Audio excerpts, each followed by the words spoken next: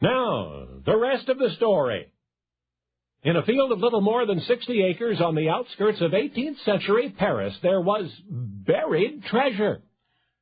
By day, soldiers of the king's army patrolled the perimeter of the field. Their orders were to admit no one.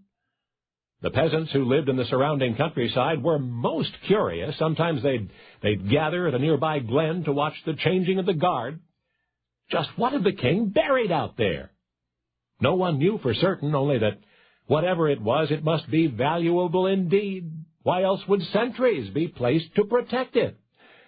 Then one of the locals got an idea. Next evening, the moon would be gone from the sky.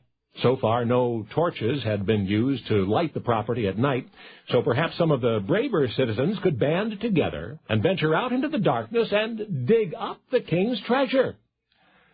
The other peasants blanched at the thought that would be invasion of government land, theft of the king's private property. If Louis XVI knew they were even entertaining such a notion, it would surely mean the guillotine. But as the argument persisted and the risks were evaluated, those in favor of the daring scheme increased to 2, and then 3, and finally 4. That would be enough men to carry out the mission.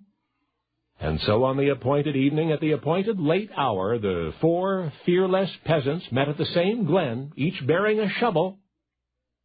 There was no moon, no torchlight, only one sleeping guard. Stealthily, in single file, the invasion party crept toward the king's field. Bathed only in faint starlight, they would stick close, dig fast, and get out. And next day, the 4 comrades proudly displayed their prize before the other peasants. This was the king's treasure, they asked excitedly. Yes, there was even more, much more, where that had come from. Well, wouldn't you know, within a month or so, most everyone in the countryside had pilfered from the king's property.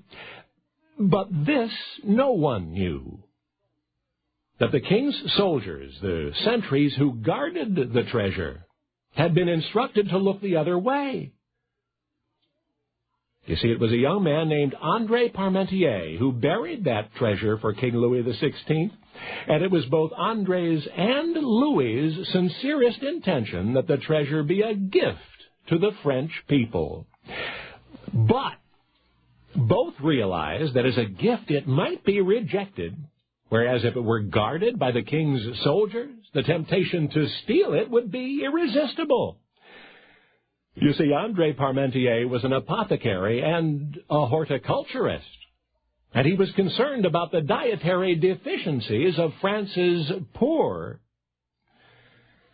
So his plan was to introduce a most nutritious something into the French diet, something most Frenchmen were afraid to eat.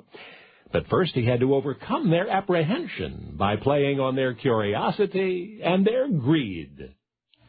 That's why André planted it on guarded government land, to trick the French people for their own good into pilfering and sampling and eventually enjoying and then and thereafter nourishing themselves on potatoes.